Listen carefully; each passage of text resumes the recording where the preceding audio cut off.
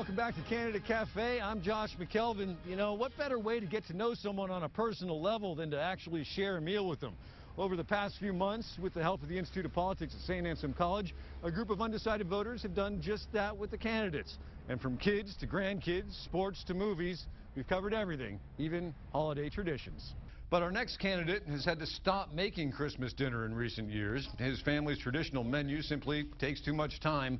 But food is important to Florida Senator Marco Rubio, with shared meals shaping this Republican almost as much as his passion for football. I doubt I'm going to get to eat, guys, so we'll just move the menu here because I'm so hungry. At a fit 44, Marco Rubio doesn't really need to watch his weight, but there are some foods he says you'll never find on his plate. The only things I don't eat anything raw, like no raw tuna. I don't eat bait.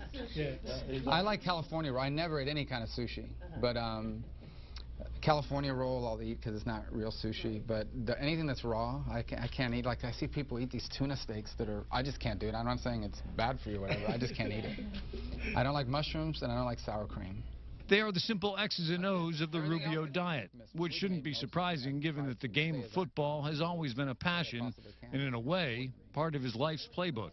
You mentioned football and, you know, your past in football. Do you find that to be valuable for the long stretch, as you call it, and being a target at times by others? In terms of my experience having played and been involved, absolutely. I mean, one of the things I always say about football, it's a great teacher of life lessons that I find very hard to replicate in any other sport. You face adversity, especially in a close game. You want to be as prepared as possible. The better prepared you are for what you know to expect, the better prepared you are for the unexpected. So you come up with a plan that gives you the best chance to win, but then you have to execute it. You know, you can be the greatest game plan in the world. If you don't execute the plan, that's where 90% of the game is in the execution, not in the hype surrounding it. Drowning out crowd noise. If you were a coach and you were listening to the people in the stands telling you what to do, run the ball, pass the ball, I mean, you'd go nuts. You have to call your game and then let it play out the way it does. That's a longer answer than you were probably expecting. The answer is yes. His wife of 17 years also has a connection to football. At one point, a cheerleader for his favorite team, the Miami Dolphins. But he chose a different climate to pop the question.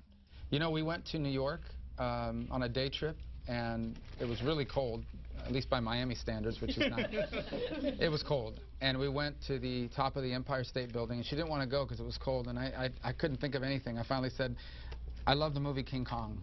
I want to see.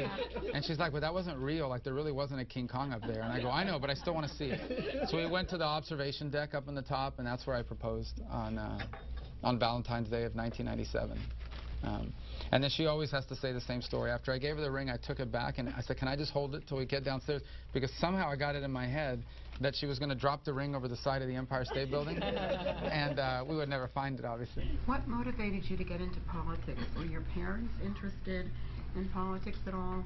Not beyond being voters. They weren't overly political people. They followed it, but they were busy. They were, you know, they weren't, I didn't grow up in a political household. My grandfather, who lived with us until he passed away when I was 13. He loved history and political things and was a huge Reagan fan. And so I grew up very close to him until he passed away. So he had a big influence. I think it was a natural interest that was fed. There's a curiosity that found a source in my grandfather.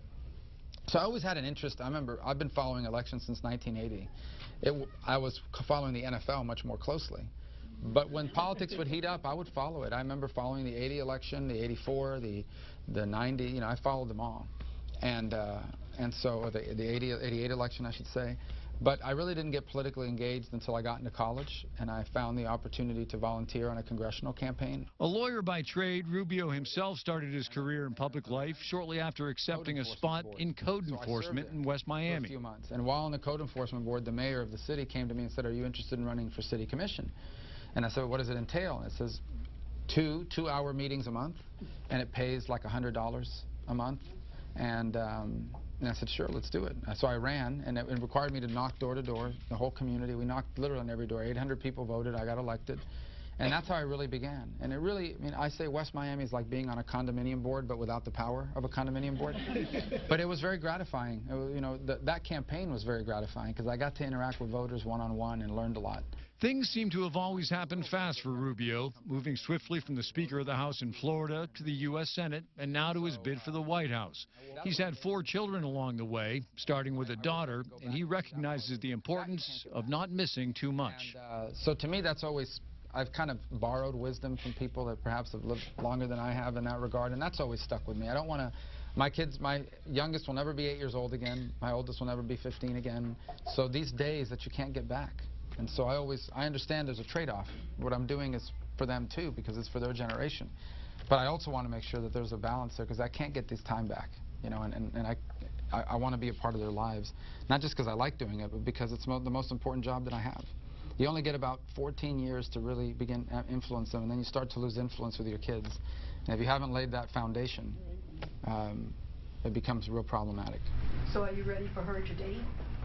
No, I'm not.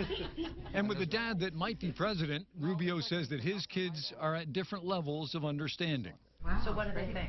I grew up in a About all political of this? family. What do they think about the whole thing? Yeah. So the 8 and 10-year-old are somewhat aware that something's going on, but I mean, basically their earliest recollections, like for the 8-year-old, he was 3 when I ran for the Senate, so to him it's like everyone's dad is running for something, right? Yeah, the 8-year-old is a little bit, but they're not really. The 13-year-old is the one that follows it more closely. She kind of, and I have to, I always have to tell them, looking, don't be, some of the new stuff isn't going to be nice, so just, not everybody in the world likes me, so. And the 15-year-old she follows it. She's a little bit more apolitical. She likes issues, but she's not into the politics. The 13-year-old has more interest in the day-to-day of it for some reason and follows it pretty closely and is always coming up to me and said, I heard this, I heard that, and I'm like, don't watch the news. The opposite of what people tell their kids to do. Stay off. As you might imagine, Rubio tries hard to make it to as many of his kids' sporting events as possible, and in his downtime, likes to take in the occasional flick. What's your favorite movie? My favorite movie? I have several. Look, I love Godfather 1 and 2. I didn't like 3 that much. I love this. My wife hates this movie, but I don't know why I like it. It's kind of like 4 movies in one. It's called Pulp Fiction.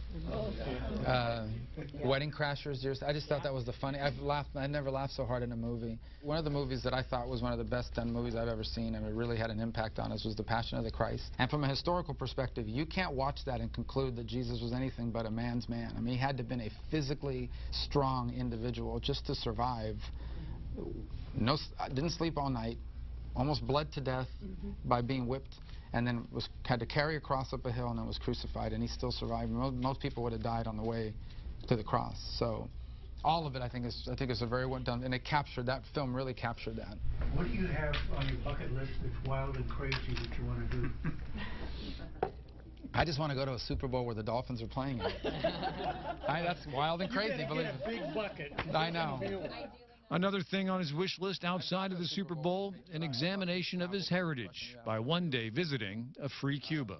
And be able to go to the cemetery where my grandparents are buried, to the area where my grandfather's family grew up as sharecroppers on a farm, to the store where my parents worked. My dad was a security guard, my mother was a cashier, and they met at this basically Five and Dime in Havana.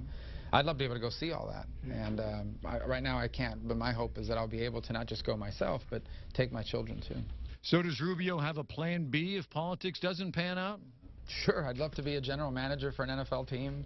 I'd love to, Well, even if he does make it to the White House, Rubio still has a plan to take down Tom Brady and the Patriots. I think I'm going to offer him, Gronkowski, and Belichick jobs in my administration, just to get him out of the NFL.